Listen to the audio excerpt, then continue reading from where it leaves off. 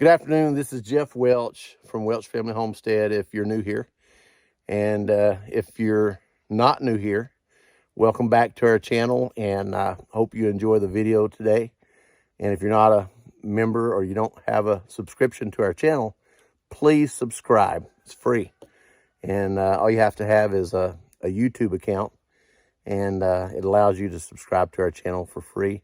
And we hope that the content that you see on our channel is beneficial and enjoyable, and that you get something out of it. And on this channel, we put God first. Wow, look at all that smoke coming over the hill there. I have got to check this out. I'll be right back.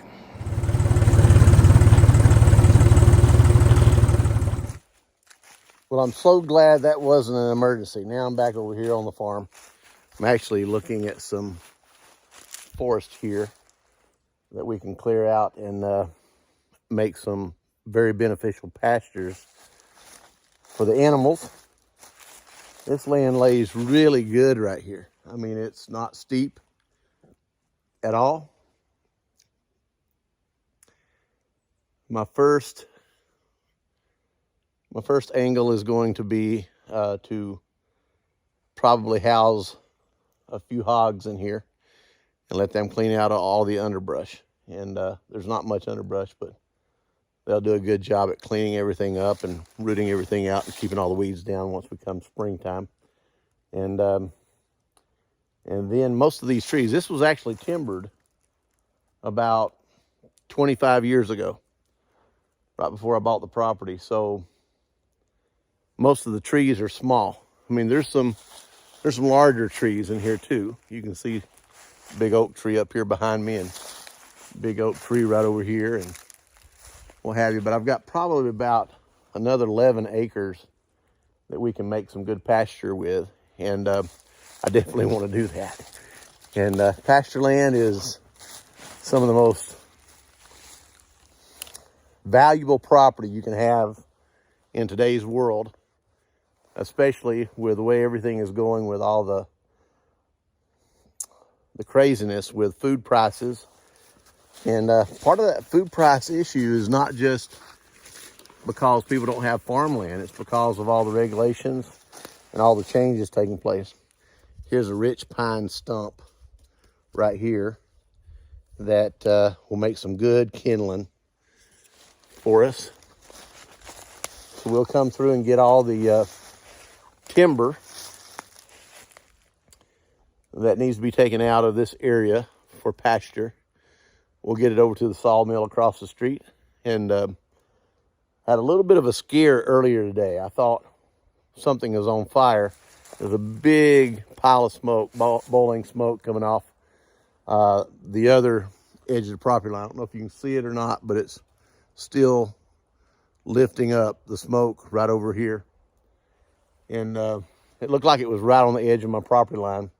When I went over there, it was actually the sawmill burning up some of their slabs and making room. And I'm glad there was no emergency, no issues going on. And so I decided to drive my tractor over there. And after driving the tractor over there, I talked to one of the workers and made sure everybody was all right. And that's what neighbors do. That's what the last video was about, was neighbors are there for each other. And that's what we are. We check on each other. We're good neighbors. If they see something they have concern of here, they're going to come over here and check on me. Or if I see something that I see as concerning, I'm going to go check on them. And on my way back, I decided to drive around one of my farm roads here and make use of it and get off the tractor and walk down here in the forest and check things out and for some new pastures. And to pick up a few pieces of rich pine, which some people call it fat wood, kindling, whatever you want to call it. And you can see one right here laying in the ground, covered up with leaves right here. And this here makes some of the best kindling you can ever imagine. So I'm gonna get some of these as I go, and these will help start fires and And we don't buy kindling or firewood around here.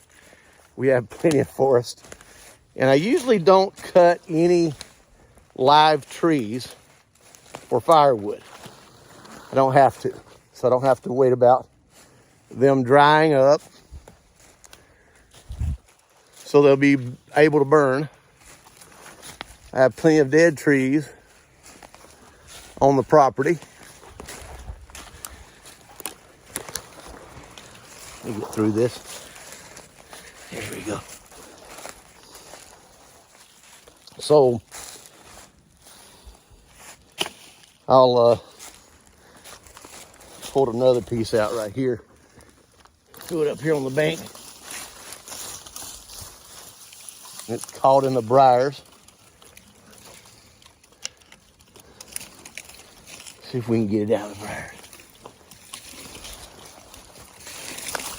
We'll just rip the briars apart to get it too. So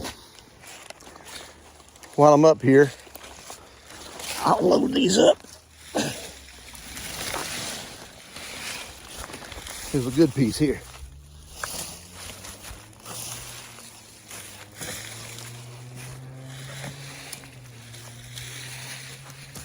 So there's some good kindling.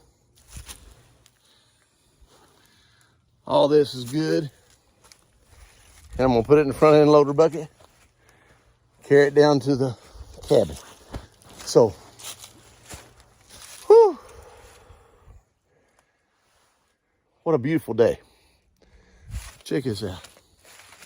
It's just gorgeous today.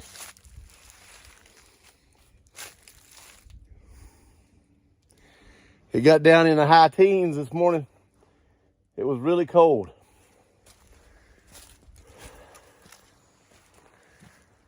Something I want to show you here. This up here is where we have our turkey feeder, deer feeder. I'll walk up here and show it to you. Okay, so I'm up here where we have the feeder, okay? And we're always seeing deer on the trail cam. There's a trail cam right here. And turkey, bobcat, coyotes, and raccoons, rabbits, you name it. We see it all. And bear. And as you can see, I'm gonna put this up close. There's a big pile of bear poop. Let's go bear scat right there.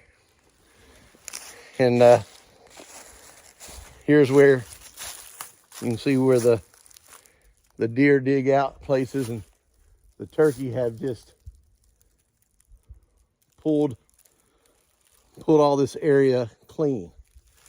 And we drop corn out of this here. So this has a timer on it. And as you can see, corn comes out of it. Got a little water on me there, sitting on top.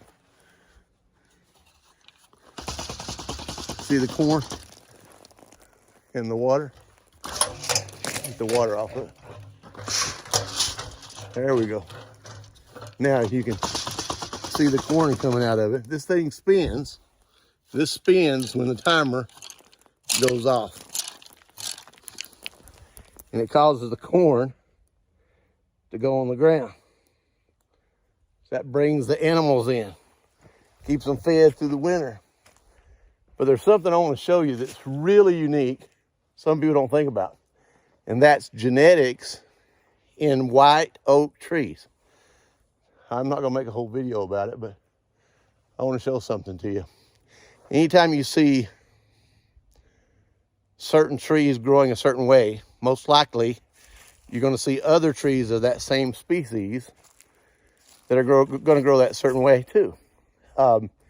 Example, let's say if a tree splits into two trees at the root system, most likely it came from a mother plant, acorns from a tree that did the same thing. And that DNA gets passed on. Let me turn my camera around. So this is an example. This tree right here has 3 coming up from the root at the base. And there's another one right down here that has 3 coming up from the root at the base. You're gonna see it in patches the same way, but something unique I wanna show you that I've not seen many times. And this is with these white oaks. These white oaks here are growing in duals. This is one here that's in 2. This one's in 2. This one's in 2. This one's in 2. This one's in 2. You see that a lot from the ground too. Sometimes it waits till it gets up above the root system about 4 or 5 feet, maybe even further to do that. But then you also have these genetics that are passed down from the same tree that's causing this. And you notice that when you get up here, this tree is limbing out and growing into this other one. But that's not what's so unique. This one here, it splits into 2, as you can see, but then it comes back in, get a good angle, and they grow back together here. That's not all. Let me show you this. This is a younger one from the same DNA. You notice it comes up, splits into 2, and look right here. You see where it's trying to go back over toward the other one. This happens over and over and over when you see this type of thing happening.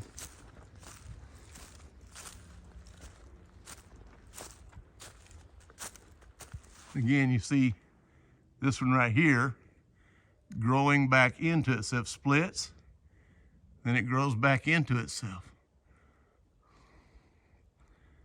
Same thing. Same thing. Okay. So I'm gonna show you up close here to one of them that I can reach, okay? As you can see, it comes up from the ground here, beautiful white oak. And then when it gets to this point right here, it splits into 2 trees. See where the air goes through it. And then right here, it's growing to back together.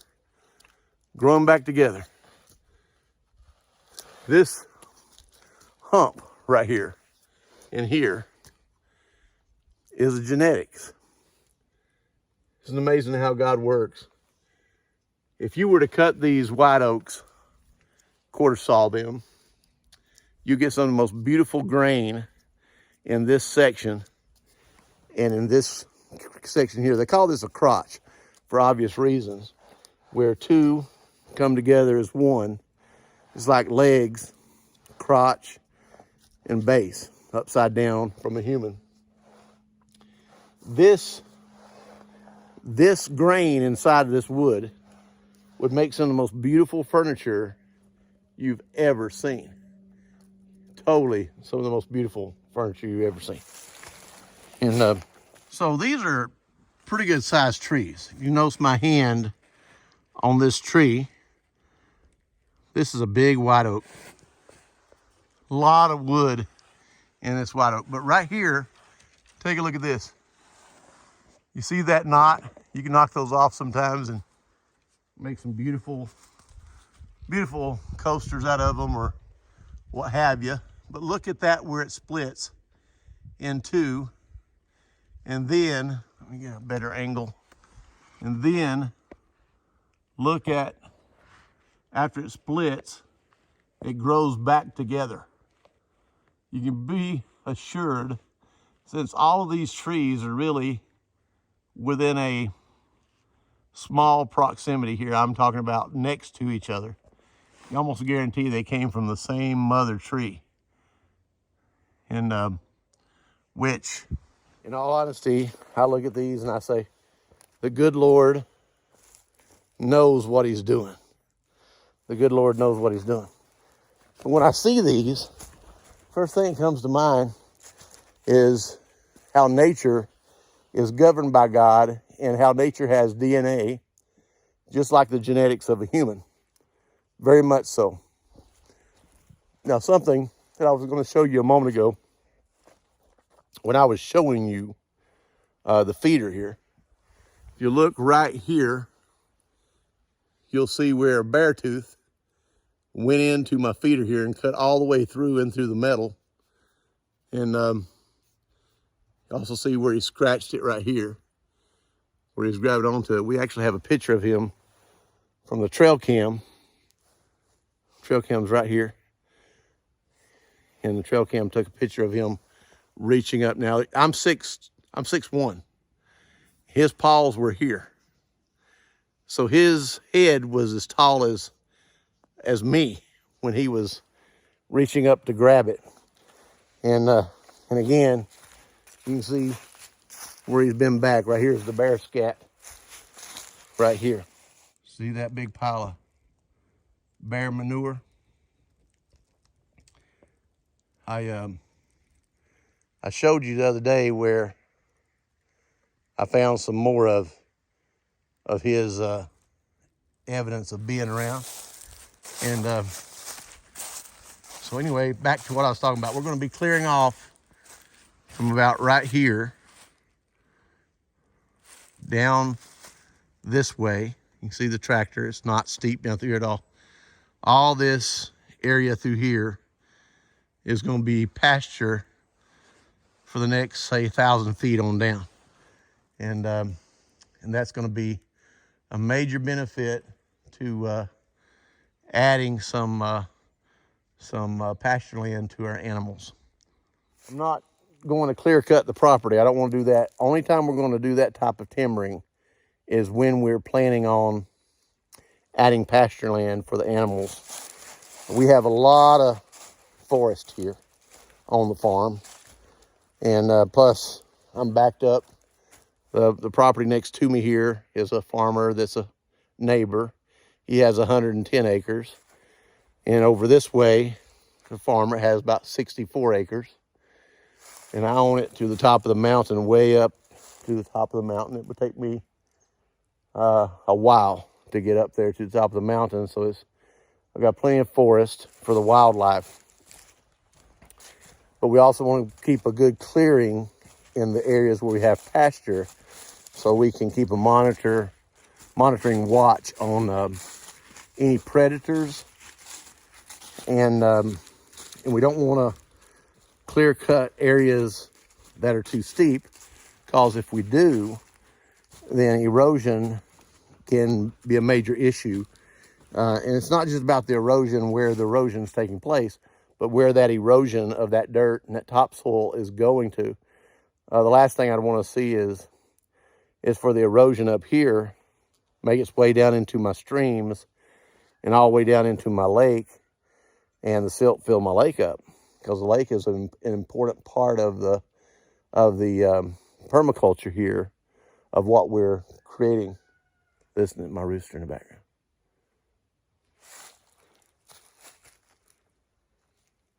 He's down this way. See if he does it. There he is. I don't know if you can hear him or not, but I can hear him well. All right, so thank you for being part of our channel, and thank you for listening, and hope that you get something out of these. And if you do, please subscribe and leave us a comment down below and tell us what you thought. God bless you.